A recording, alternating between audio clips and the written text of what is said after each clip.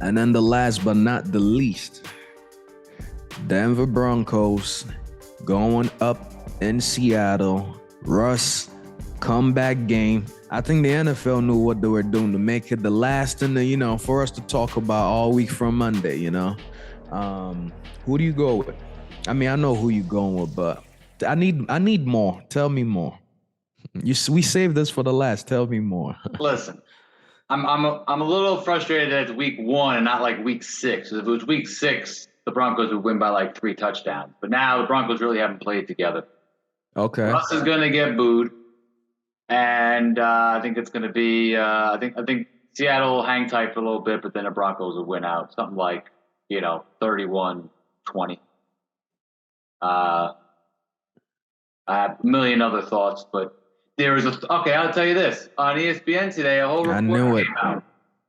You want to hear it? All right, listen. Whole report came out about the dysfunction between Pete Carroll and Russell Wilson.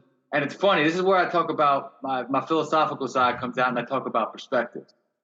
There was a 2019 game against the Falcons. They were up 24-0 at the half, and then he decided to not throw the ball in the second half at all. He threw like 5 passes, and they almost lost the game. They basically tried to run the clock out starting in the third quarter, which they've done so many times in the last 10 years. So many times. Even against really good teams, and they almost blow the game. And then Russ was like, hey, man, you're costing me the MVP race, I guess he said privately, which is true, but it's also like he's right because they almost lost the game. If they just kept throwing the ball, they win the game 41-20 instead of 26-24 with like the other team kicking an onside kick. And it's so my thoughts is this, is like, yeah, they have a point. Russ is slowing down in terms of his mobility, but he still has incredible accuracy. And I think he got smarter too. And he got smarter, and now we can do pre-read stuff like Rodgers and Peyton Manning. Not that well, but he's going to try to get on that level of doing stuff before the snap. And Pete Carroll, anytime that Wilson was rolling and he had a couple turnovers or something like that happen, or to get a big lead, he just turns back into Pete Carroll.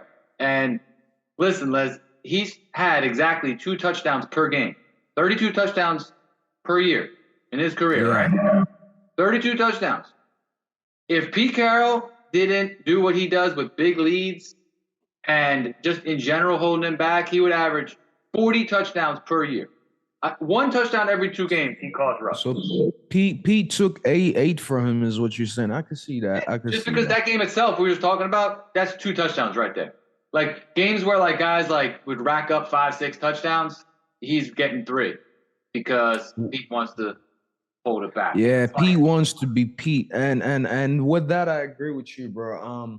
One thing, watching Seattle, being a Niners fan, we played them twice a year. And when you guys had Wilson, one thing I'll admit is Wilson owned the Niners, right?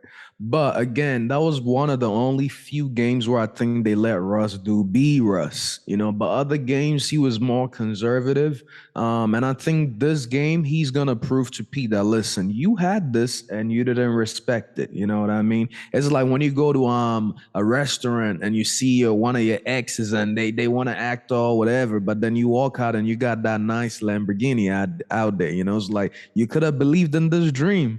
But, you want to be a streety, so bye-bye. What do you think about a lot of these Seattle fans that are they've been trashing Russ for a while, acting like he's not a team guy. They're trying to say, oh, he's got the glamorous girlfriend. And I feel like it's a lot of hate and jealousy that has more to do with, like, money and race than anything else, because I don't really think that's right. I'll tell you this. Look at Tom Brady. Exactly. They hate on him. Like sometimes as a man, when you got so much going for you, that's what comes with it. I love Russ as a human being, as a man. He's the kind of guy you want your daughter to date, things like that. But as a football player, I'm not a fan of his, just because he's very... Like, I think as a man, he's very, very, very masculine, takes the lead whatsoever. But on the football field, I think he has his moments where, oh, yeah, you're right, Pete. Yeah, sure, I'll throw the ball. Yeah, on the 1 yard line. Sure, yeah, let's run the ball because we're up 6. instead of, putting the foot on their neck, things like that. I think he could have took more, assertive. He could have been more assertive, So as a football player, like I said, as a man, this. When like Kanye said, if they don't hate on you, you must not be doing it right. You must not be doing it really good. But these reports are coming out, and even the year before that was the Dallas Cowboy playoff game, which was my single worst game I've ever watched because that was their advantage over Dallas. Dallas had a stacked front seven, and they just kept running into it on first and second down, and Russ was on fire in the dome, and they just wouldn't let him throw, and it's like that's when all the reports started coming out. It's like, wait, why are you – he's so good. Why are you doing this? And, yeah, he could have just said, hey, like, it's me or you. And I think he tried to play both sides. I think he tried to be like, hey, I'm trying to be the team guy and not I'm trying to plead Pete as well. Yeah. We talked about this back in March, bro. We said, hey, great players get their coaches fired and they're rewarded with titles. He forced his way out, but in my opinion, he wasted 3-4 years. These last 3-4 years, man, or if they could have gotten a couple other, maybe Josh Gordon, didn't get in trouble, maybe that would have been different. But, I wish he had this, a break from Pete Carroll 3-4 years ago. So that's. Oh, that'd be nice for him. Who are you picking? You picking the Broncos?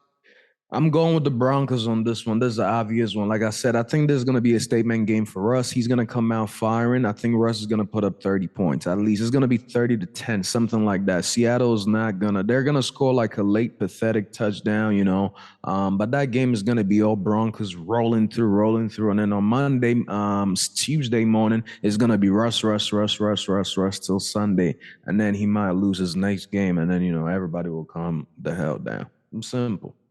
Russ needs this. He's been practicing for this very moment. You know what I mean? I had to let everybody know. But yes, I'll go with the Broncos on this one. They're going to boo him. And when he gets stacked, they're going to cheer like they just won the Super Bowl. Yeah. I think Seattle has a lot of respect for Russ as well. The fans are butthurt, which I could see that. You don't want to lose a great quarterback like that. They're gonna boo him in the beginning, but at the end, they're gonna still, clap for him and give him a stand. He won a Super Bowl, Not some teams don't have a Super Bowl ring, have not even been to the Super Bowl. You don't get credit for the Super Bowl. That was the defense, bro. I mean, he was still their quarterback. The Niners would have given Garoppolo a lot of credit, regardless, even if, he didn't do nothing. But Russ actually did something in the Super Bowl that he played in. So it's only, he can only build onto a Hall of Fame career, if he keeps going. And listen, so these, and just by the way, my Super Bowl pick, anyone could win a Super Bowl. The Bucks, the Chargers, the Bills, the Rams, Packers. So is my Bronco pick a little biased? Yes, 100%. But listen, I just have a feeling the last two quarterbacks to switch teams won the Super Bowl. You realize that? Tom Brady with the Bucks, Stafford to the Rams. So just keep it going. Some teams, they're already there, and that's all they're missing. So, yeah, I could see that.